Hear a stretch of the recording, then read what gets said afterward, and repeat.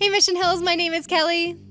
And I'm Colin. And we are so glad that you're joining us for our online-only devotional for this weekend. Yes, definitely. This is one of the unique opportunities. We are all part of the online community. Hopefully nobody is in person because our buildings are closed. We love that you are here to wrap up the year. Colin, what are a couple of your favorite moments here at Mission Hills? Oh, it's so hard to choose. We were talking off mic before this, and I was having a real hard time narrowing down from all of 2025. But I think a couple that jump out to me are all of baptism weekends. I'm going to steal all of them because every single time somebody gets into the pool and they come out of the water and they celebrate, and I'm like right at water level, right with them. And also sports camp. I have the privilege of, I've coached for almost 10 years now from the flag football area, and it is so much fun watching these kids worship and come to Jesus every year. What about you, Kelly?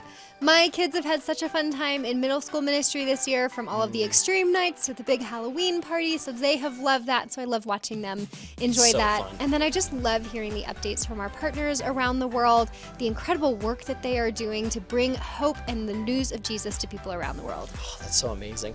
And if you guys are looking at making a year-end contribution so you can be a part of stories like these, we would love for you guys to do that here as we close out 2025. You can do that a couple different ways. Either you can text GIVE to 80875, or you can go to the website at missionhills.org/give. Well, for today, Craig and Coletta have a great, really quick devotional just to encourage you. So I'd encourage you guys to really settle down. It is not going to be long, but you do not want to miss what they have to share with us today. Definitely. Thank you so much for joining us as we close out 2025 here. And we will see you in the new year in 2026 for January 3rd and 4th as we kick off our new sermon series called Backbeat. We'll see you then.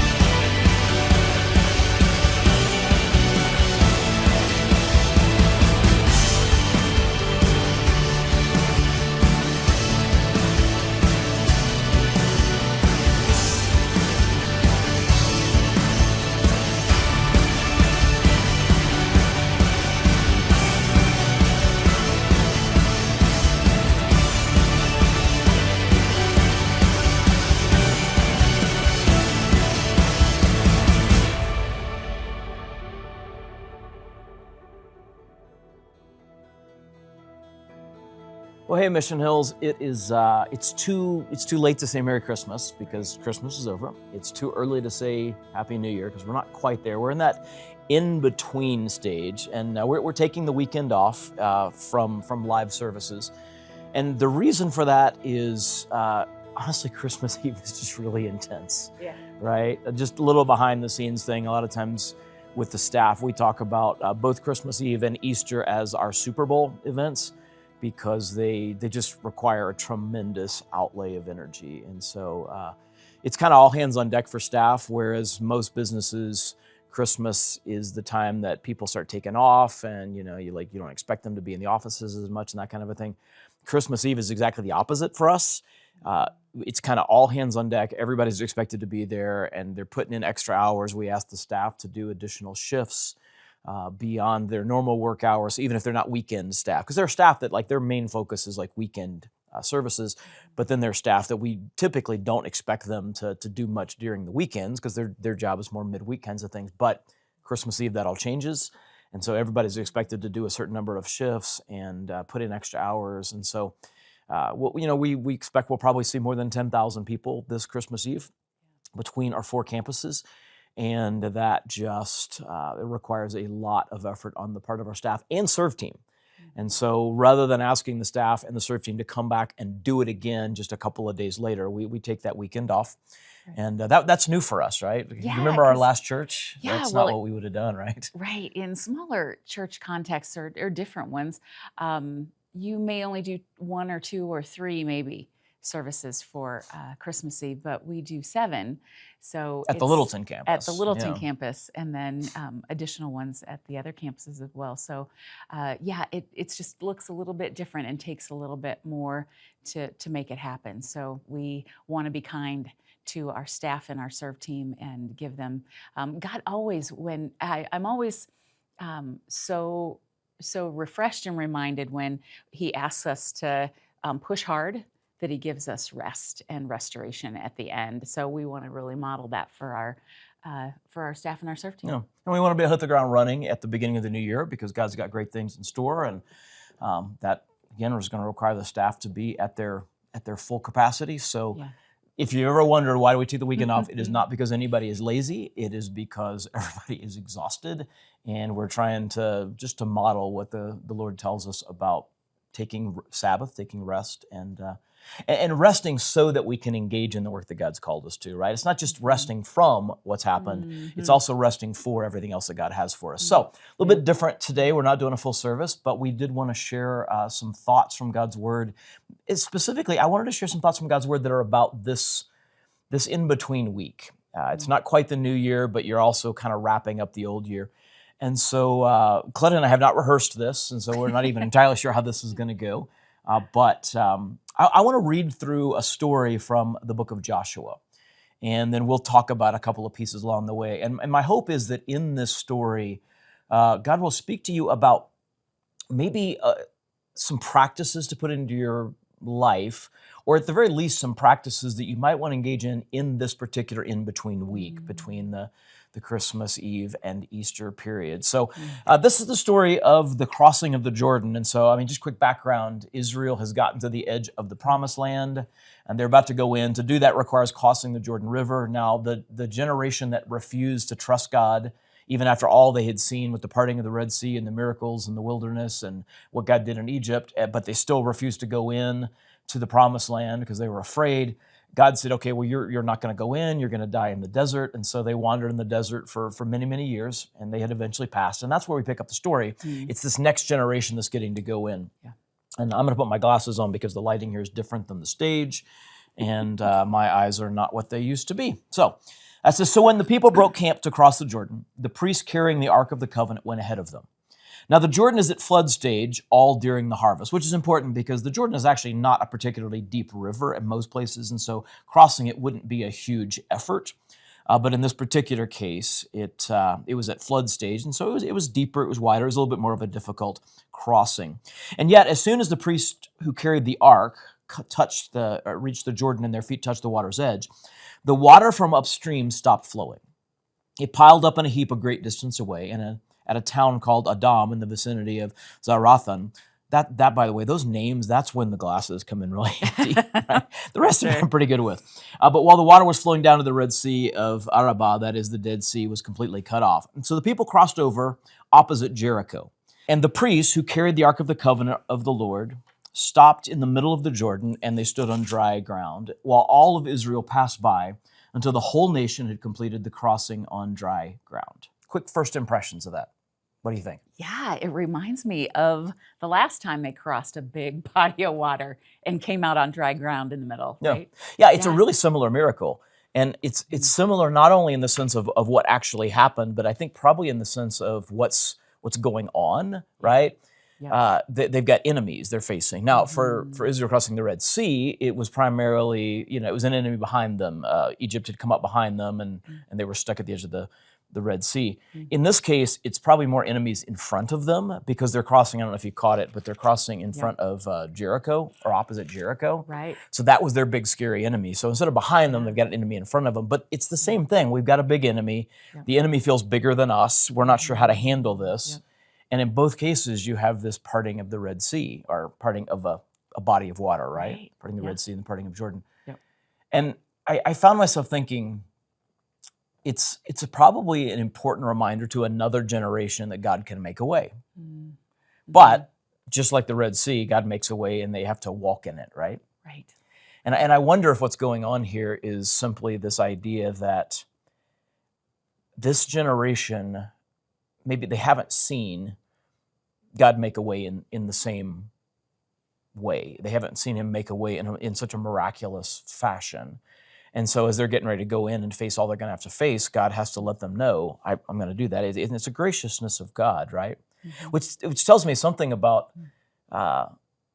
maybe even the previous generation. And I wonder if the previous generation had really explained to them, here's what God did, here's what God has done, here's what God can do, which necessitated God going, I need to show them, right? Right. I wonder about that. And I know, which makes me think, I mean, as people who have seen God move in a variety of ways, do we consider it our responsibility, and do we take the responsibility seriously to pass on the story of what God has done to the younger generation? And again, we haven't rehearsed this, but I was wondering, like, even in our family, not necessarily traditions that we do or things like that, but like, how have we, as I look back, how have we passed on to our kids the stories of the fact that God can make a way? Yeah. Anything come to mind? Right. So in our early years, when I think about when the kids were little, I think we were intentional about not only telling them stories from Scripture about when God did this and this is what He did for the Israelites, but I think even more telling them stories about what God has done in our lives to make sure that even in the context of before they were born, this is what God did to provide for me, or to answer my prayer, or to guide me, or to shepherd me when I was just feeling directionless.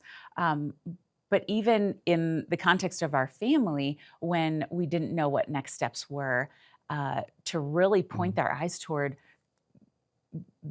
we're asking God for direction, and we're going to listen, and we're going to expect that He's going to lead. Yeah, that's good. Yeah, we did do that a lot. It sounds churchy, but it was our testimony, right? Yeah. I think sometimes in the church, I grew up in the church. You grew up in the church, but it was a very different kind of church, right? In the church context that I grew up in, people talked a lot about their testimony, but their testimony was always how I got saved, right? It wasn't, this is what I've seen God done. Or is doing right now in me, like helping me with a struggle. Like, I'm struggling to forgive this person, and God is helping me walk through all the things that are involved with laying down anger and my right to bitterness, or whatever that looks like. But it's so current that, and what's happening here in this passage is it's happening right now. We're we need to look back to what God's done in the past, but what is God doing in this moment, helping our kids really notice God's hand at work in our lives. Yeah, that's good.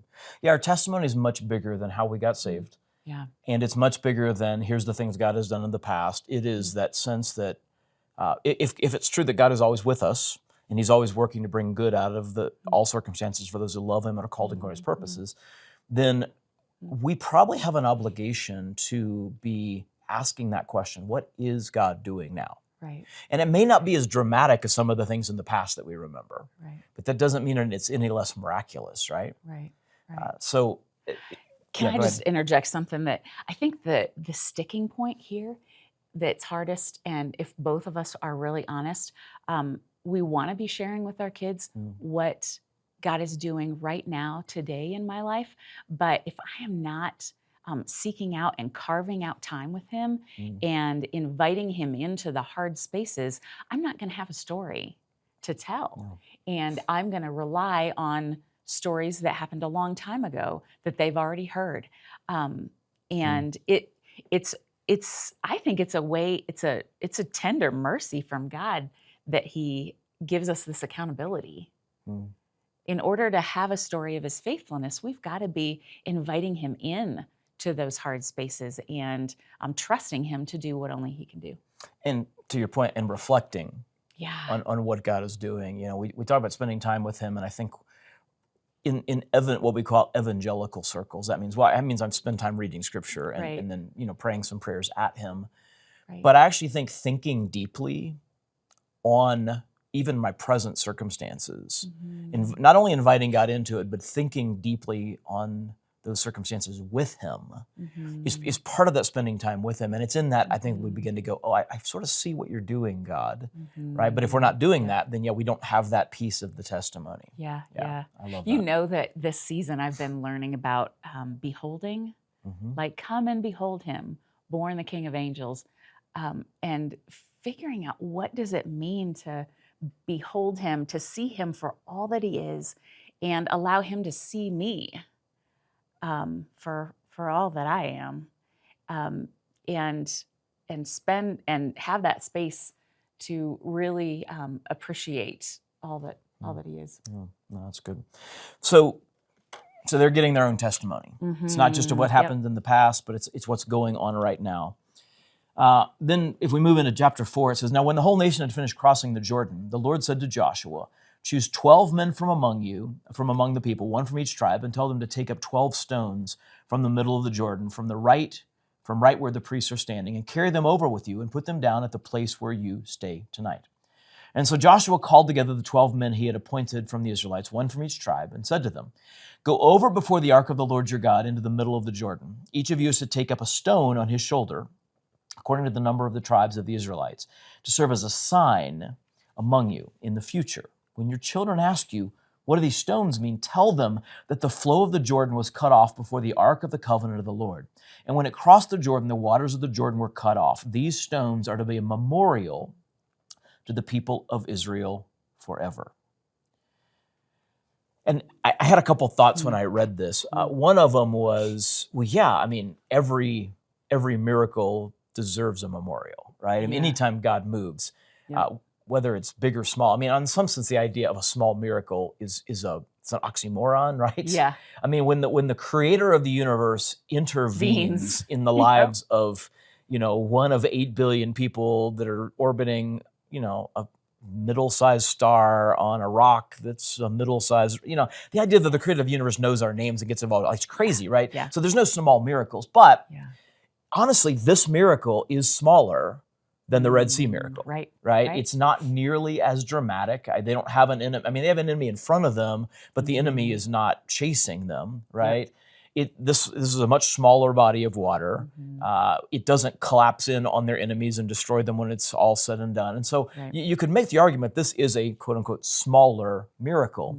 And yet God says, put up a memorial, which he didn't say after the parting of the Red Sea, which I thought was interesting. Now, the parting of the Jordan is memorialized with the building of these stones. And he says this is for when your children ask. Right? But here's what I thought was interesting. They build a memorial, and the idea is very clear. Let's remember what God has done, right? And so they build this memorial so that they never forget. But check this out. This is Judges. This is Judges chapter 2, verse 10.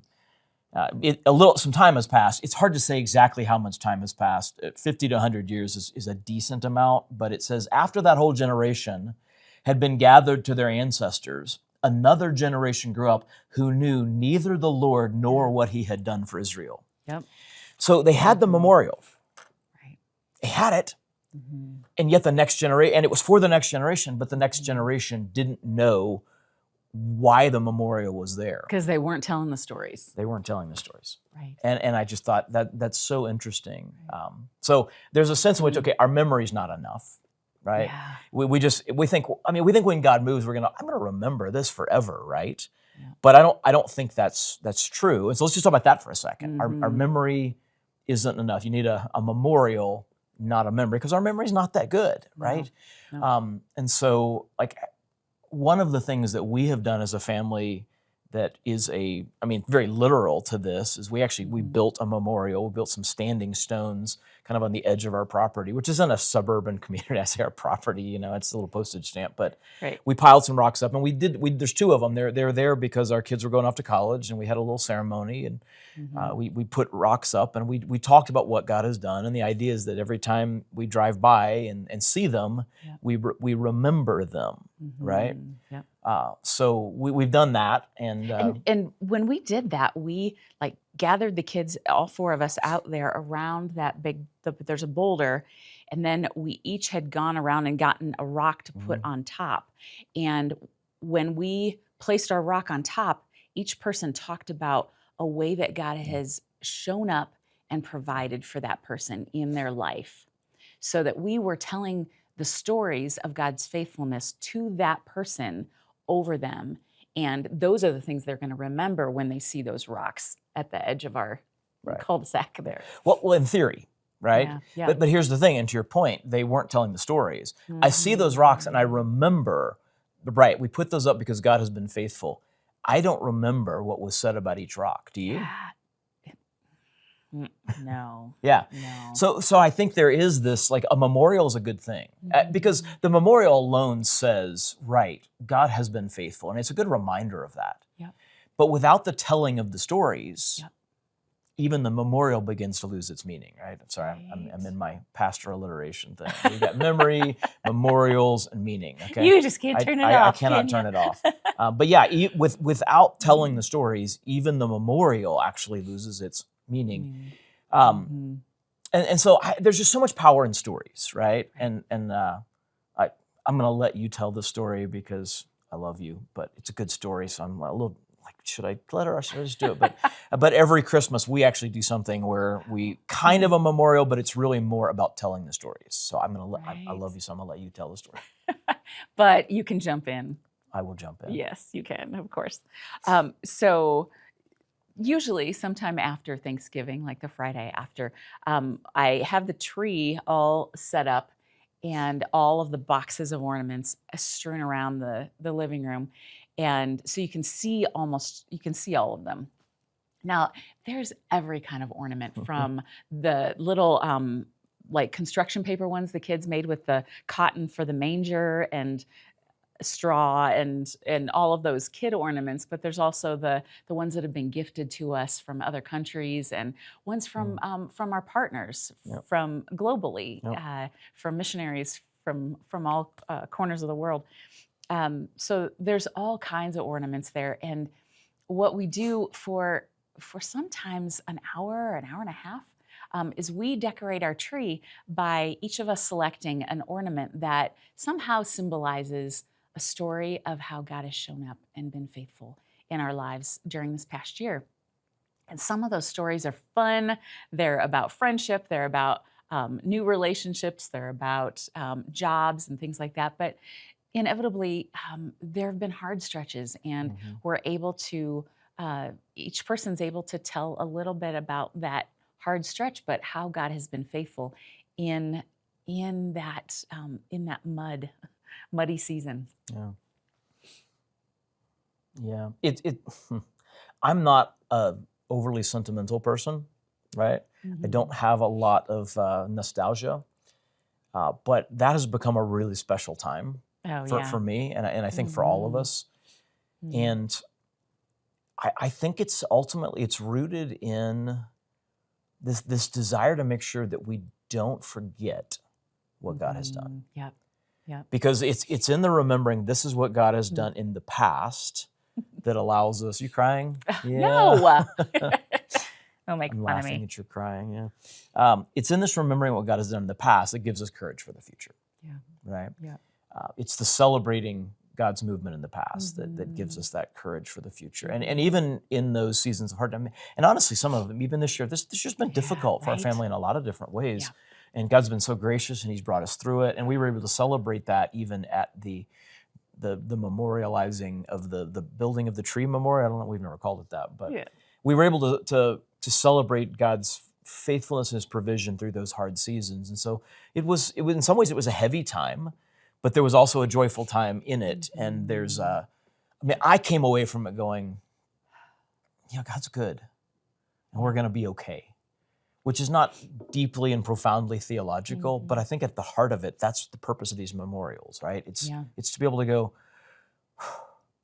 God's good, and we're going to be okay, right? And honestly, sometimes in our families, being able to say together that God is good and we are going to be okay, that's a major victory, and that is something that needs to be celebrated as well. Yeah. So just a little word about that tradition that we've built.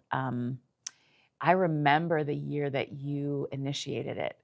And I remember us both being a little bit nervous about how the kids were going to respond because we're pretty sensitive to being religious and like doing things that are going to make our kids have a lot of church like religious baggage and anything that might appear to be different from our public person is different from our private person that they see at home. We want to make sure that those are always consistent and the same.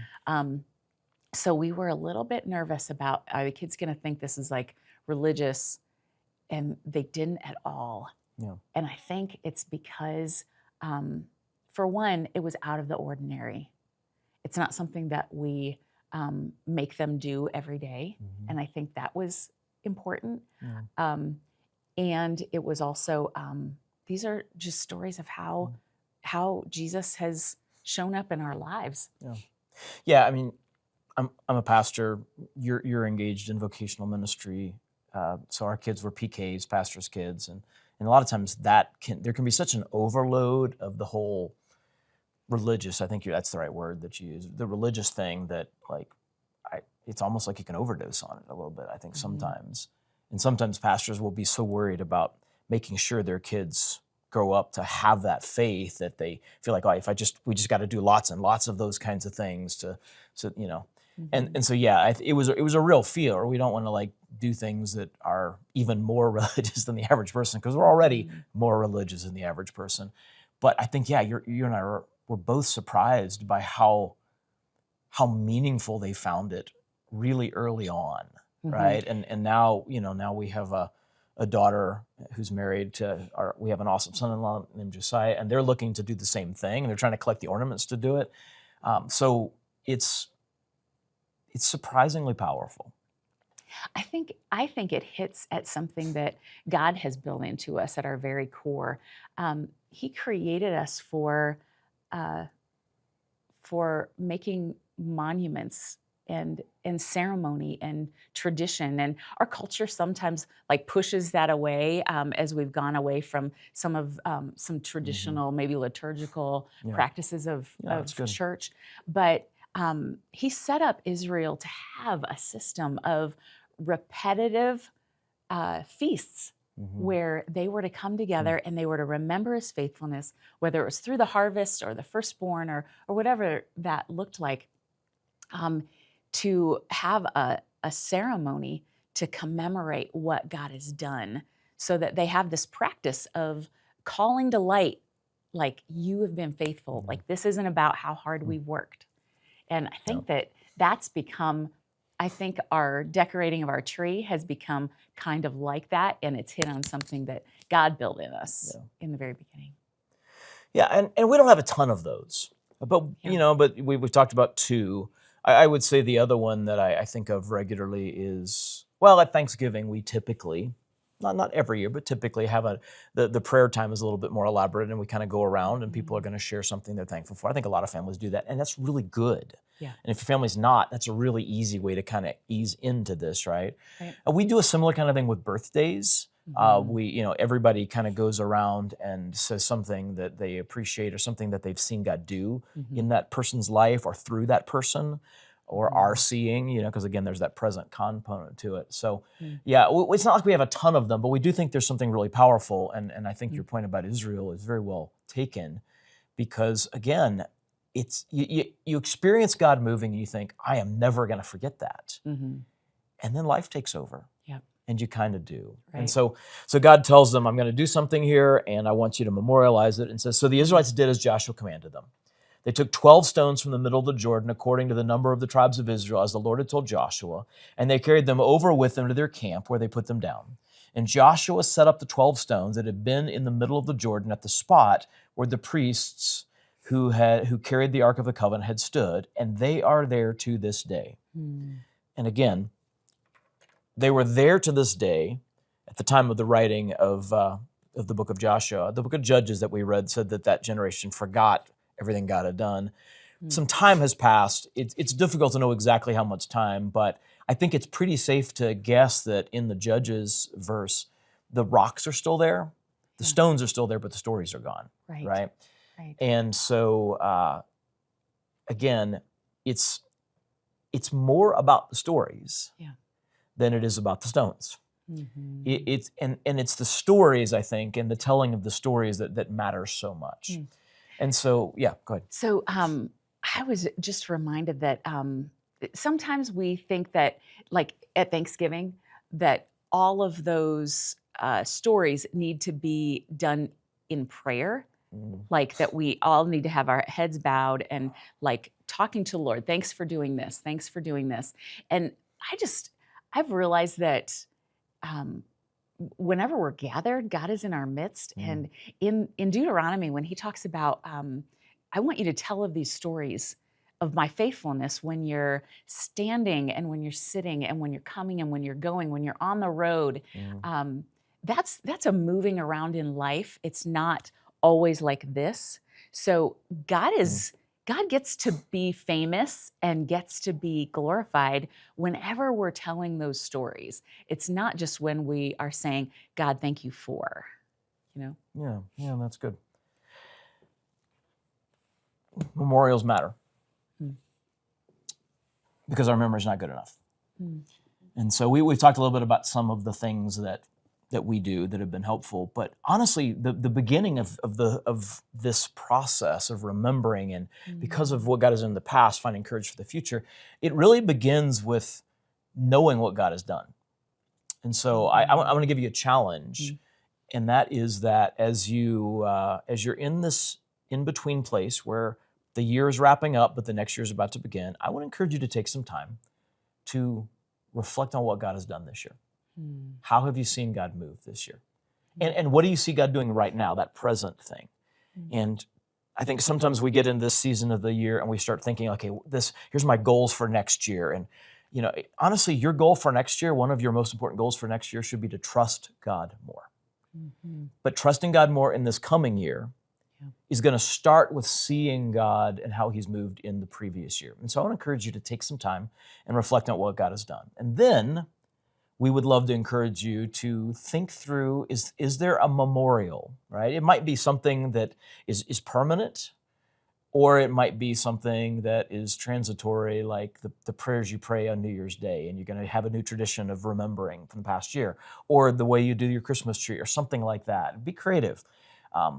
But what's the way that we're going to memorialize what God has done? And what's the thing that we're going to do that's going to sort of force us to tell the stories on a regular basis? And maybe there's a commitment as we go into this next year to tell the stories more. Right. Because again, it's not the stones, it's the stories that actually keep the memory alive. And so if you don't have anything like that, I want to encourage you to take some time to reflect on what God has done and find some ways to memorialize that allow you to tell the stories, and then be committed to telling those stories within your family, whether that's your blood family or maybe your life group or your friends. But that commitment to telling the stories is going to be really, really powerful. And I believe it's going to allow you to trust God in a new way as you go into this next new year. So, Merry New Year. Is that what we say? Is that the in-between? We love you, and we can't wait to see what God's going to do at Mission Hills this coming year. And we wish you all of the best as you celebrate the start of this new year with the Lord. God bless. We'll see you soon. So, Okay. we got this. I think I you're am starting. starting. I was like, starting. I'm waiting. Nope, I'm sorry. Ready? Yes. Ready? This is our 2nd through 5th grade area. In our 2nd through 5th graders, elementary, let me start over. Spit it out, don't worry. From the top. Wait, I didn't know I gotta start with hi, hello. Be like, hi. Let me just speak this out loud. You're not recording, right? I'm always recording. Saw people rise up, use their gift, their God-given gift, in ways that they didn't even think was possible in the church.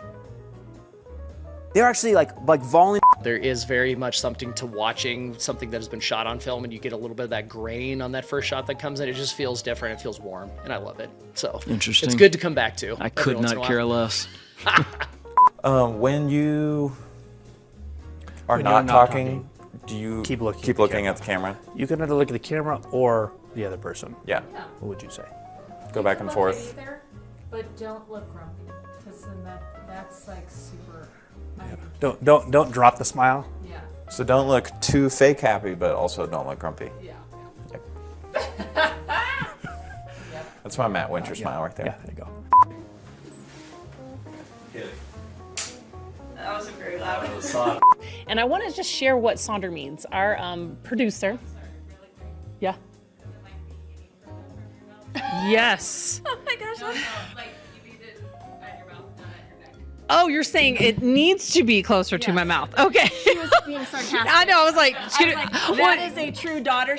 Well, she would never say that to me. and I took it meant to be further. I mean, I took the opposite. You actually mean be closer. Okay. Sorry. Yeah. No, I didn't either. Be any farther from your mouth. And I was like, yes.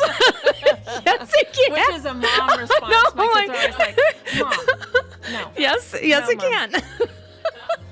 No, she wouldn't have said that to you. She's like, hey, Jackie, can you just tilt that a little, please? We got you, Lena. We know you.